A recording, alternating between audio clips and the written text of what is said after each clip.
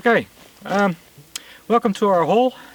This is at the bottom of our land, behind the chicken coop. That's to your right, I think. And we started digging here because it's the lowest part of our land, but also because we found that the water that keeps accumulating in the bottom of or in the garden flows away, and then it just keeps going, and it's been flowing for 3 days already.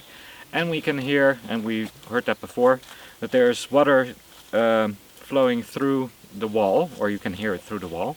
And behind the wall there must be some water flowing, because you can hear trickling sounds and stuff. And the whole field on that side is always flooded during winter. So we decided to make a pond here. We don't know what size it will be. We'll let the earth guide us where we can dig and where we can't.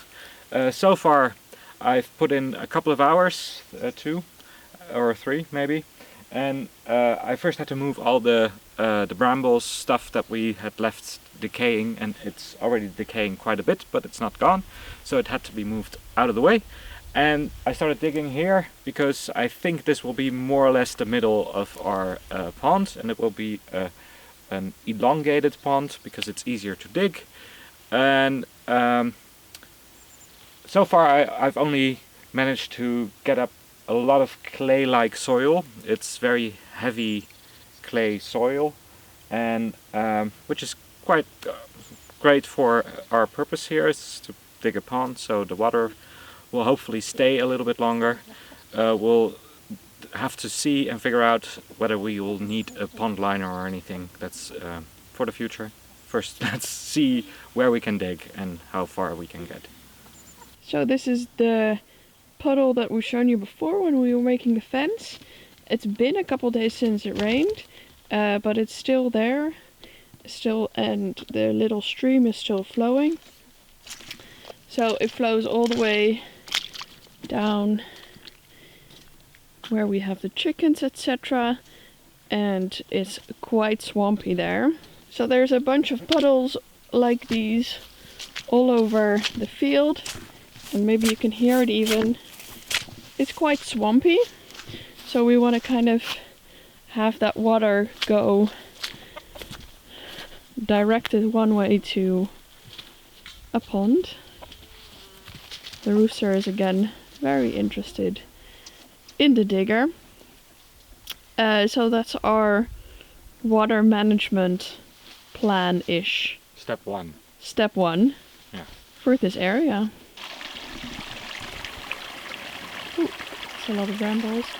So just to give you another little bit of an idea of how the water is going here. This is the corner of the bottom field. And what really makes us think that there is like a water line under the field is that here it comes out of the wall, which you can't really see, and then it flows all the way through this channel, and it goes down into the valley.